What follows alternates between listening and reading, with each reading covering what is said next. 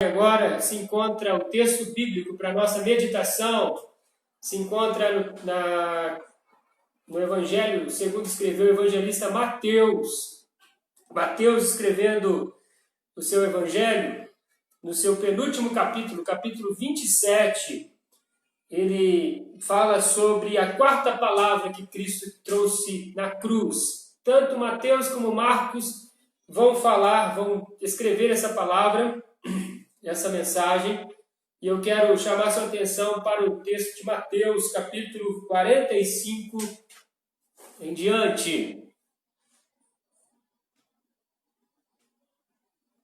Desde a hora sexta até a hora nona, houve trevas sobre a terra. Por volta da hora nona, clamou Jesus em alta voz, dizendo: Eli, Eli, lama sabachthani. O que quer dizer? Deus meu, por que me desamparastes? E alguns dos que estavam ali, ouvindo isso, diziam: Ele clama por Elias. Amém. Eli, Eli, lama sabachthani. Que quer dizer: Deus meu, por que me desamparaste? Que o Senhor nos fale ao coração poderosamente na noite desse dia e que a mensagem de Deus. Irmãos, quem nunca se sentiu desamparado, não é verdade?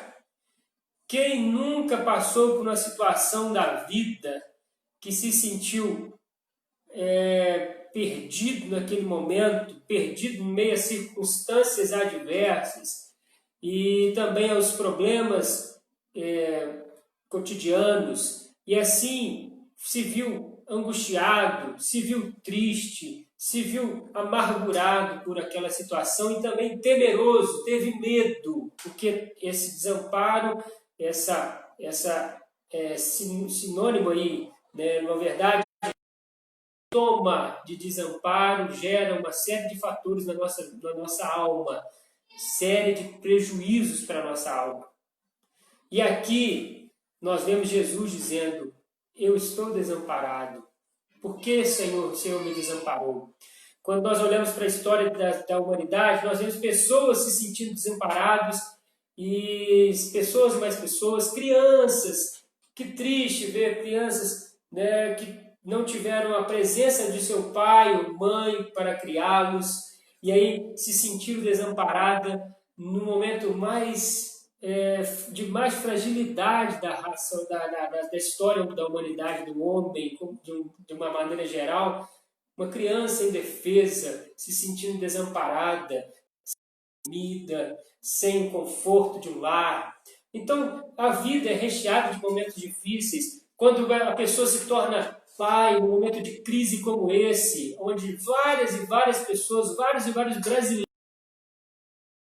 moradores de outros países também se veem sem seu emprego, às vezes estão alavancados aí algum financiamento e tem alguns outros compromissos e percebe assim: como que eu vou pagar tudo isso? O que vai ser de tudo da minha vida daqui para frente? Qual é o futuro? E a gente se sente desamparado. A verdade é que Jesus se sentiu desamparado nesse momento.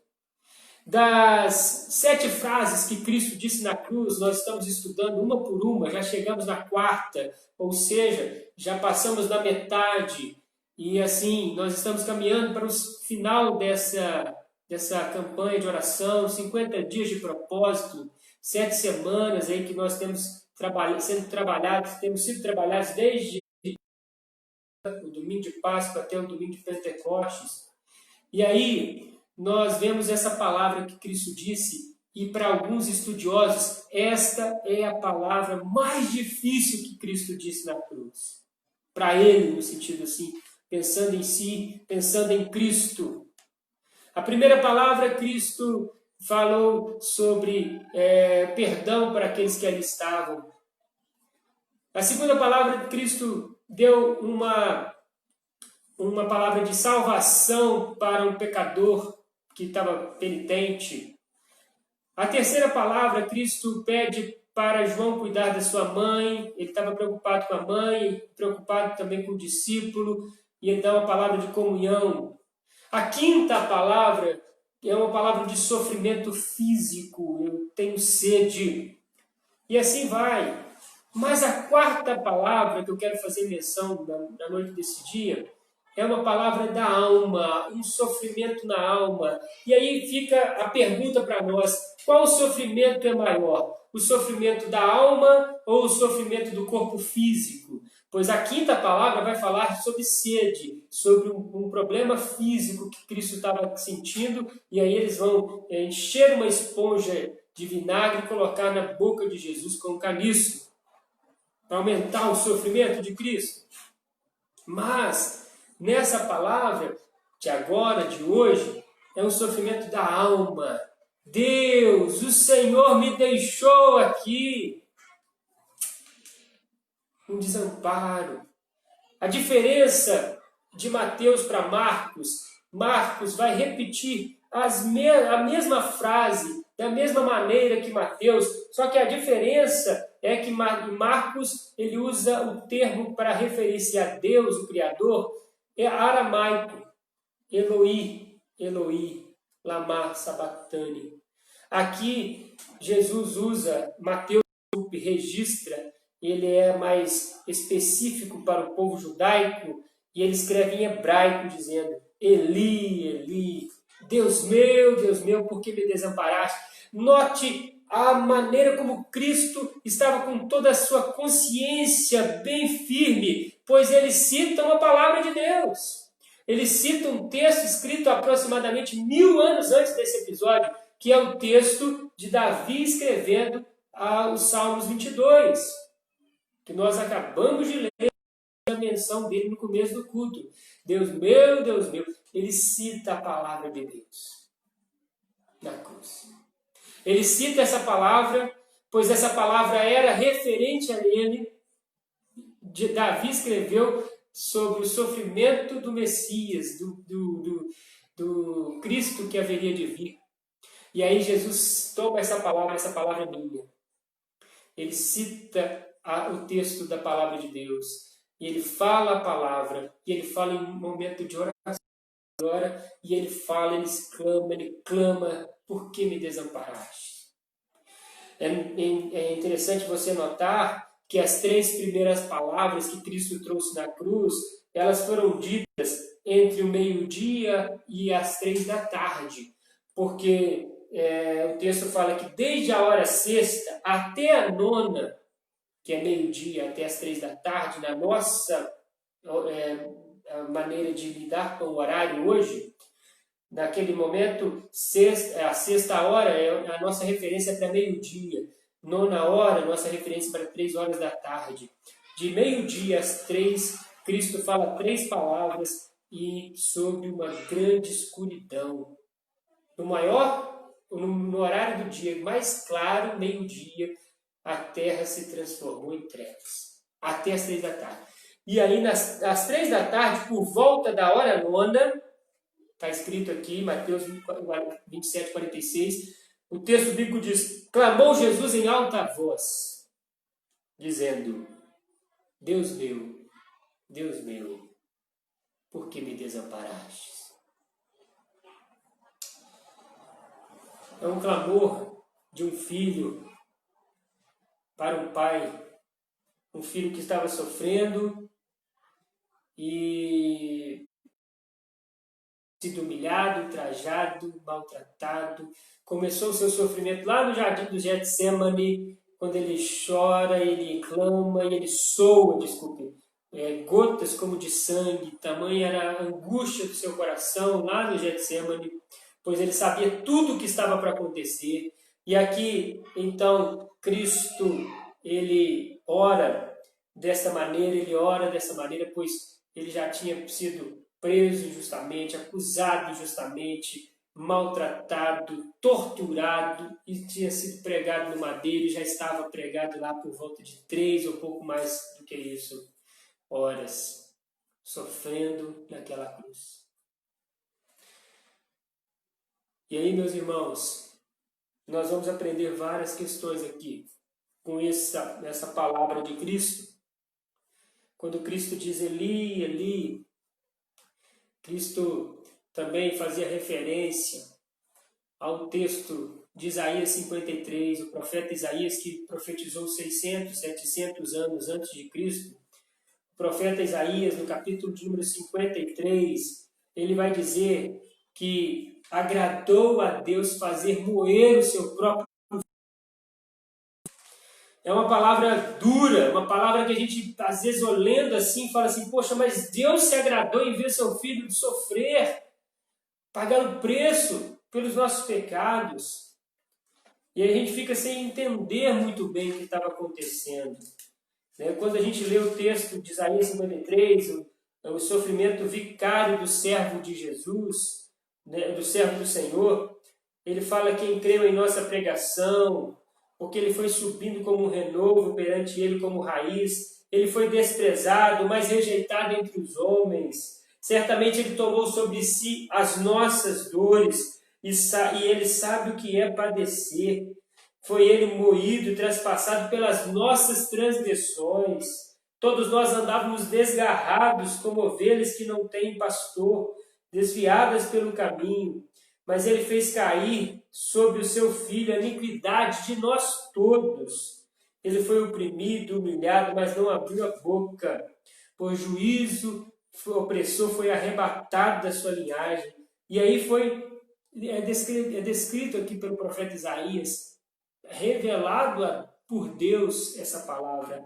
Aí no versículo 10 está escrito assim, todavia ao Senhor Deus agradou fazer moer e enfermar o seu filho, quando der ele a sua alma como oferta pelo pecado. E por que ele agradou? Porque ele verá a posteridade, ele prolongará os seus dias, e a vontade do Senhor prosperará, e ele verá o fruto do seu penoso trabalho, que somos eu e você. Por que Cristo sofreu dessa maneira? Pois Deus queria nos salvar. Deus queria salvar você. Irmãos, Arthur Pink, que é o livro que nós temos usado como base para essa série de sermões, nas 7 palavras de Cristo na cruz, ele vai dizer várias questões.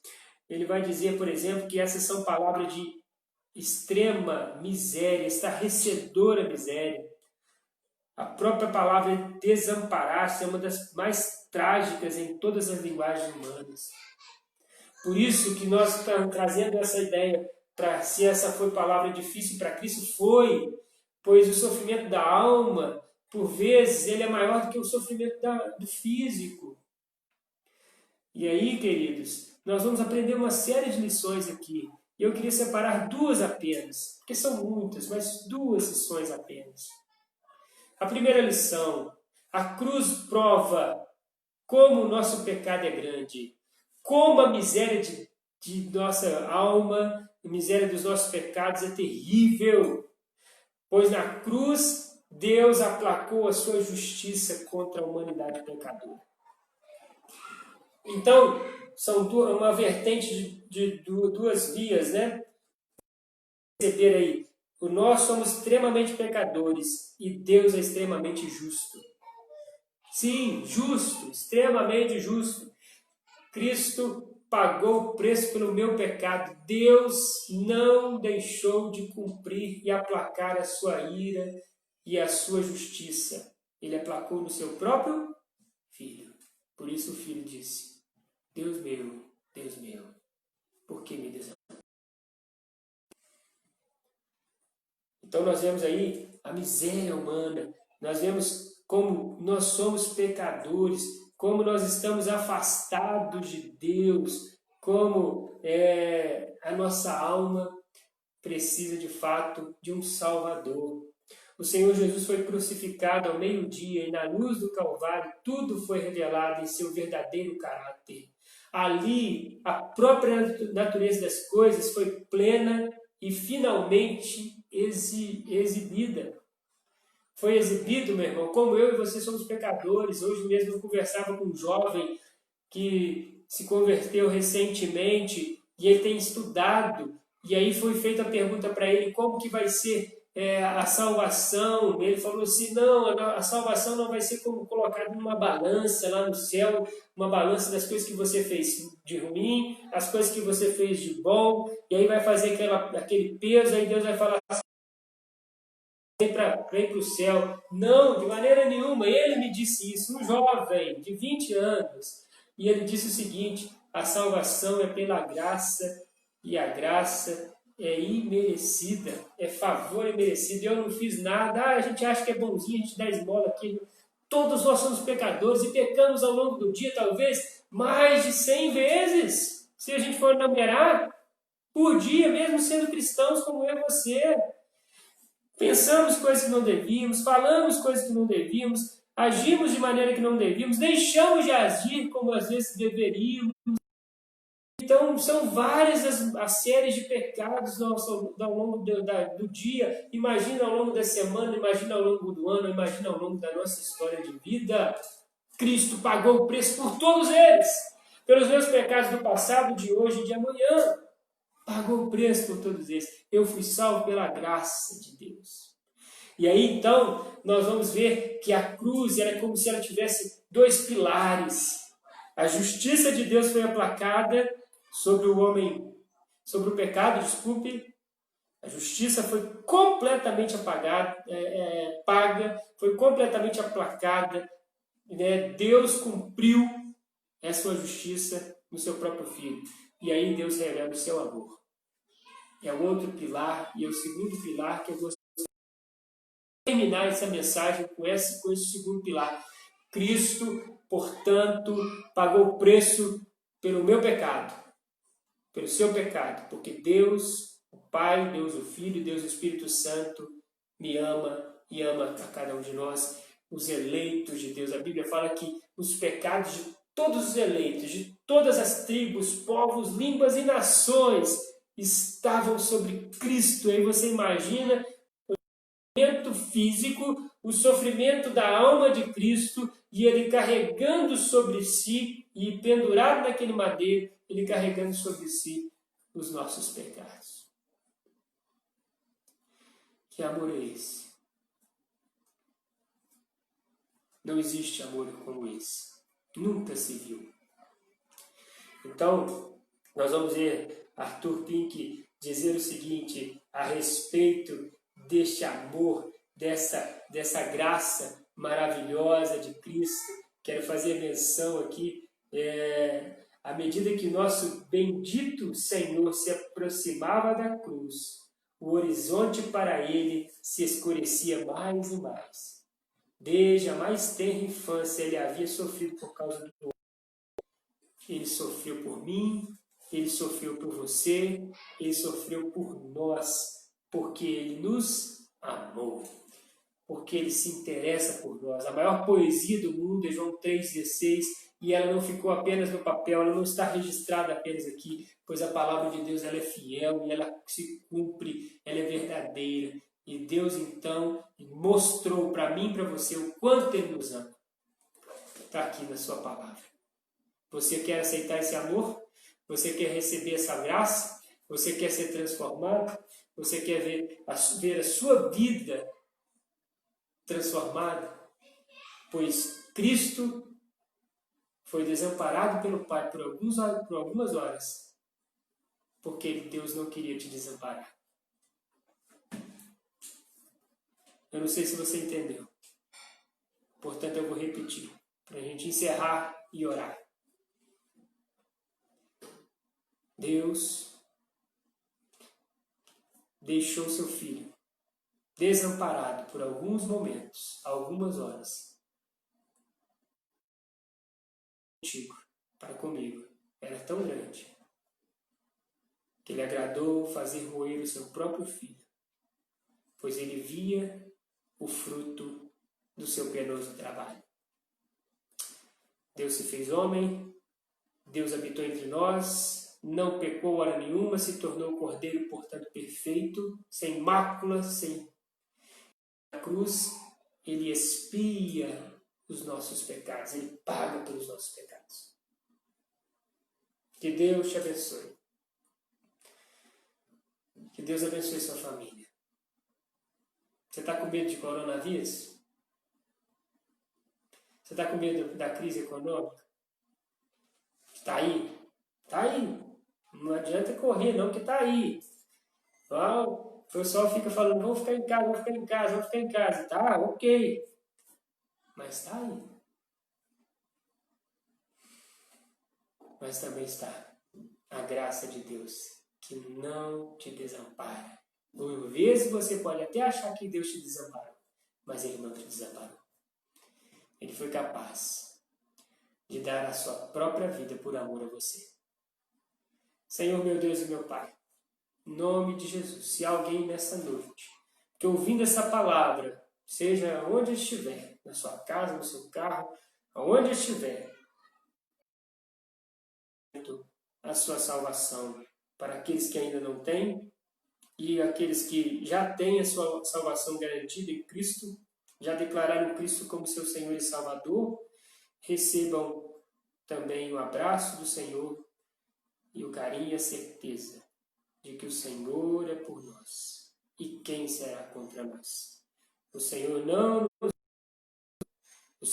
nos desampara e nunca nos desamparará. O Senhor é o nosso pastor. Louvado seja o teu nome.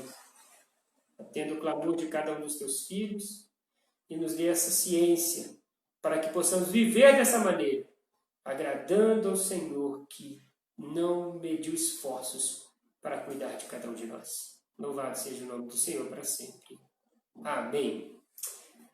Amém, queridos. Que maravilha, que bênção poder participar com você deste momento de culto. Muito feliz, muito feliz.